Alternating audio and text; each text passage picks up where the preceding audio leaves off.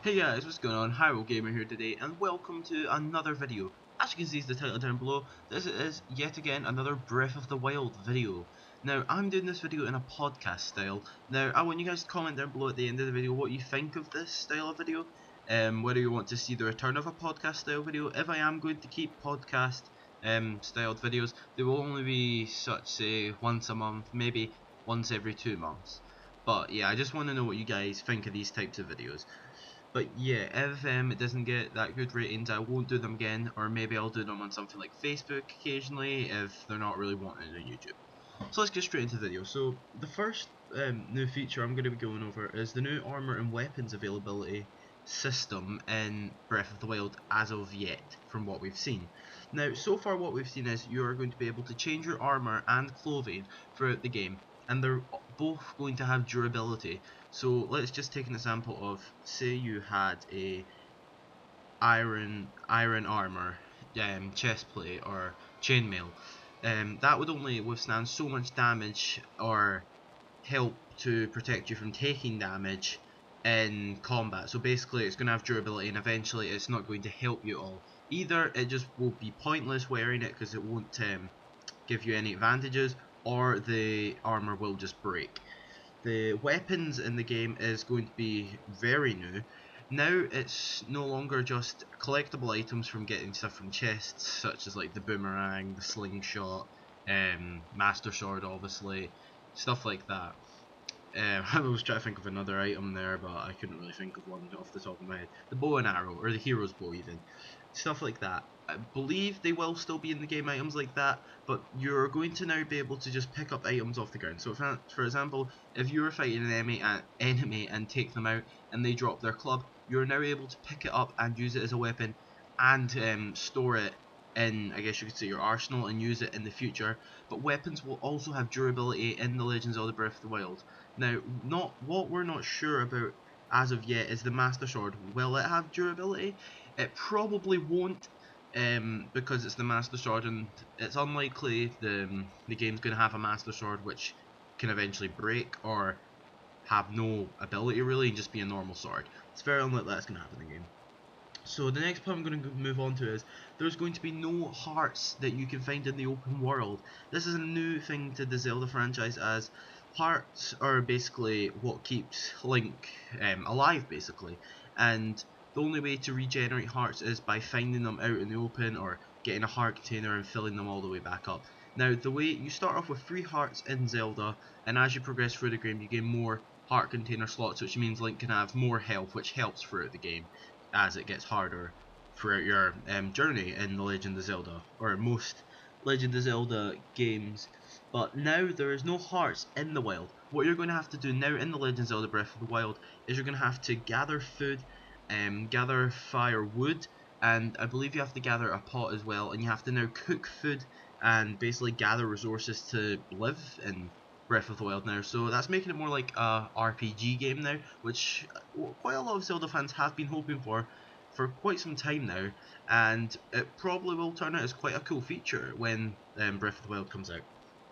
The next feature I'm going to go over is actually a really new feature. This has only appeared once in Zelda, and I believe it's The Legend of Zelda 2 this appeared in, which is some time ago now.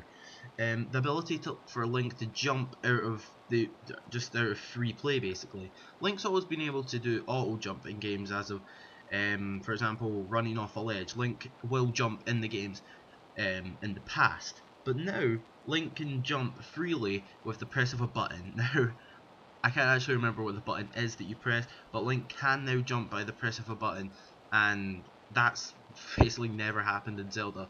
Personally, I think it's going to be pretty weird seeing it for the first time, but I'm sure we'll all get used to it after a while of playing The Legend of Zelda Breath of the Wild. If you're getting it. I am planning to get it when it comes out on the Nintendo Switch. I've already started saving up for the Nintendo Switch early, so I can definitely get it.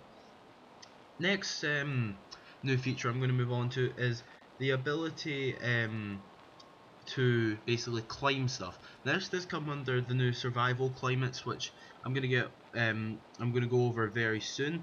But basically, sorry, I actually forgot what point I was going. The new survival climates, yeah.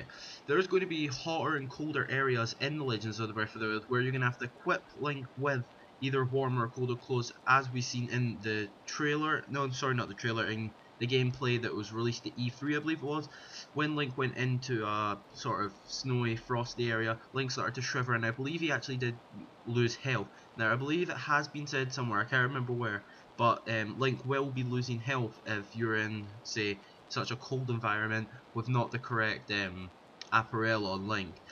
And it's the same the other way around when you're in a very hot area, for example, say, Fire Temple, base in a volcano. You're going to need to wear the right apparel. Maybe you're going to need to go as topless Link, which we've actually seen in the Breath of the Wild gameplay so far, that Link can be topless for some reason.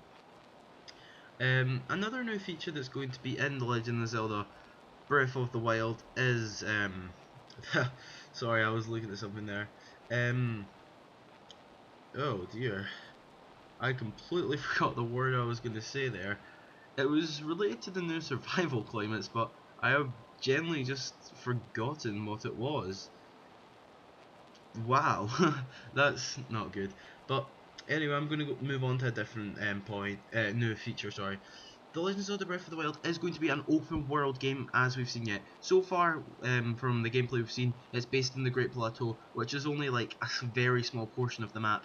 The Legend of Zelda Breath of the Wild map is going to be about, I believe it's 8 times larger than the whole Skyrim map, which is going to be the biggest Zelda game ever. It's basically something Zelda fans have been wanting for a while. A massive game. There's going to be so much in it. Pretty much everyone can't wait for this game to come out and see what's to come. But yeah, that's really most of the main point. Now, that last one about the open world, we don't know what's beyond the Great Plateau. We've still to find out what's beyond the Great Plateau. And hopefully there will be some more info released maybe in the near future, and maybe we can go over that as well. So you guys, that's really all for this video. I really hope you've enjoyed this video. As I said at the start of the video, comment down below if you enjoyed this podcast style video. It may or may not return depending on the feedback I get. And yeah guys, don't forget to like the video, it's much appreciated. Comment any sort of videos you'd like to see in the future in the comment section below. There is a link to my social media accounts in the description as well. If you follow me on those, you can sometimes get behind the scenes stuff, upcoming videos and stuff like that. The social medias that are linked there is Instagram, Twitter, Facebook and Twitch. Twitch I don't really post much on yet, but I will be starting streaming at the end of this month when I'm getting my new PC, which will be literally the end of this month. And don't forget to subscribe to the channel, it's very much appreciated. I hope to have 50 subscribers by the end of this year. That is my goal right now, and that would be such a dream at the moment. So thank you guys again for taking the time to watch this video / podcast, and until next time, I've been Hyrule Gamer. That was the worst intro ever. I've never done that. Yeah, I'll see you next time guys. I've been Hyrule Gamer.